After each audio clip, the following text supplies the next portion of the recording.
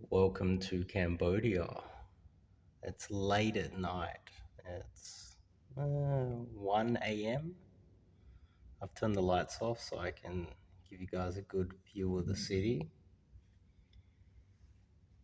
So, this is Cambodia.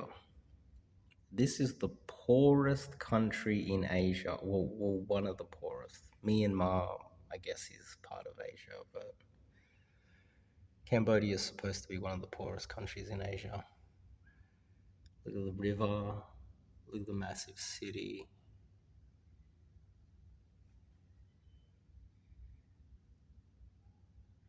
Got a beautiful view from my apartment.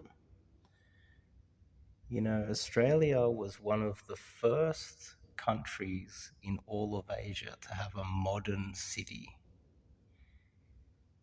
And then shortly after, every country in Asia has a modern city, even Cambodia. Next thing you know, Australia has the most powerful navy in all of Asia and basically ruled the seas. Technically ruled the seas with the help of the United States. Now, every single country in Asia has a navy that can defend their seas. Even Cambodia has some form of navy.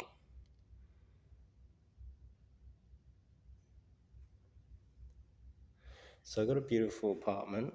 It's a little bit dark. I turned the lights off. You can see I got myself I got a bar. I can see both sides. This is the other side of the city.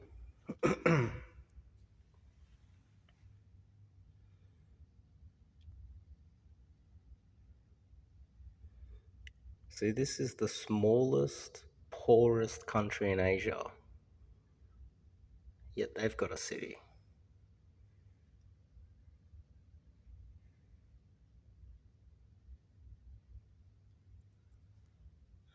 All of the advantages that Australia used to have all gone, except for one thing: the currency.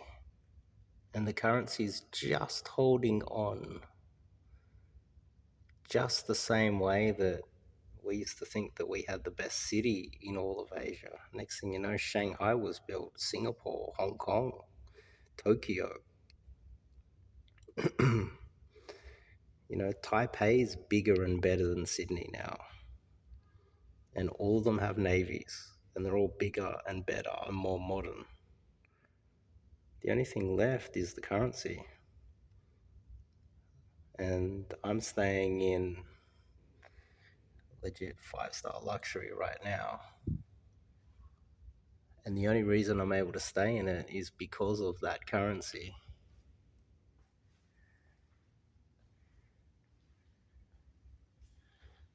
So, how much longer do you think this currency is going to hold on? And what do you think is going to happen at the end of that? When the currency goes and we're all on an even playing field, where Cambodia's currency is competing with the Australian dollar, what type of world does that look like? Do these people need Australian dollars or US dollars? Probably not. So you can kind of see where the world is headed.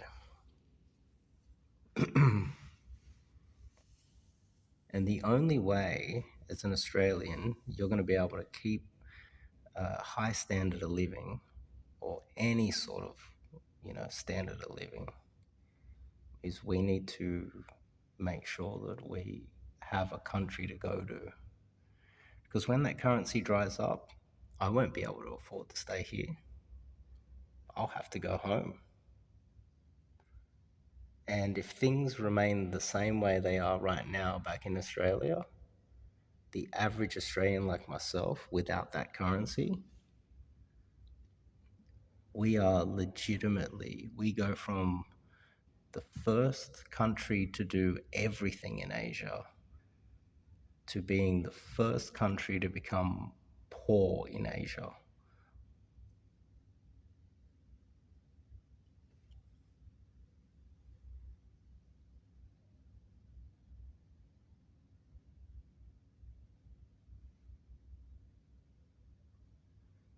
The majority of our scientists, doctors, engineers, the best and the brightest, the money, these people come from Asia. They're not Australians. They're in Sydney, in Melbourne, working for those Australian dollars or US dollars. And the United States seems hell bent on sending all of its cash and resources, everything's being sent to Israel and the Middle East. And they're not doing nothing to defend the US dollar in Asia. There's not enough resources coming here.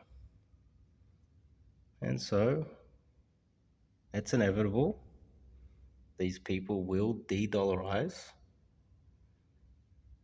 and the standard of living of the average Australian, our ability to travel at least, will disappear overnight. Don't get me wrong, I love hanging out here. Look at this. Look at this. I got an infinity pool down there too. Next level stuff.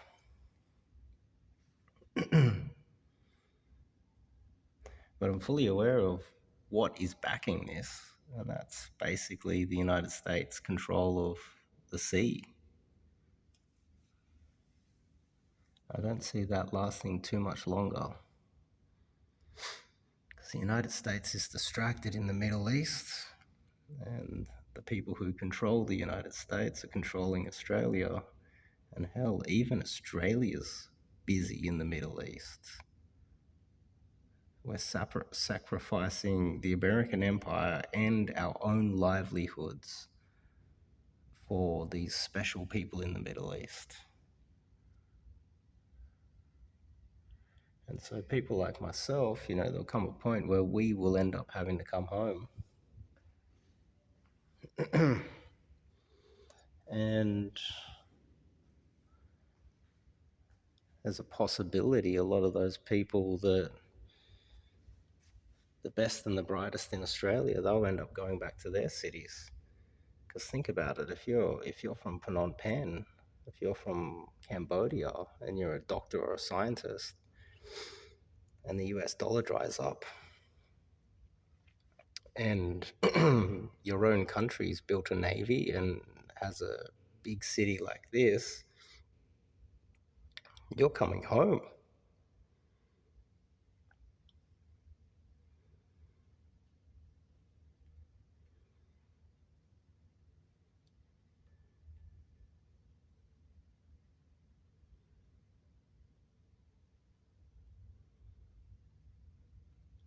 So it'll be interesting to see what happens when all the Aussies need to go home.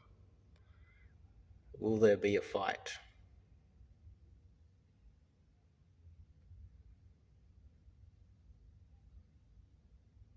Something needs to change, that's for sure. But anyway, hello Australia from Cambodia. I'll just hang out here until the US dollar dies, and then I'll see you guys when it all ends.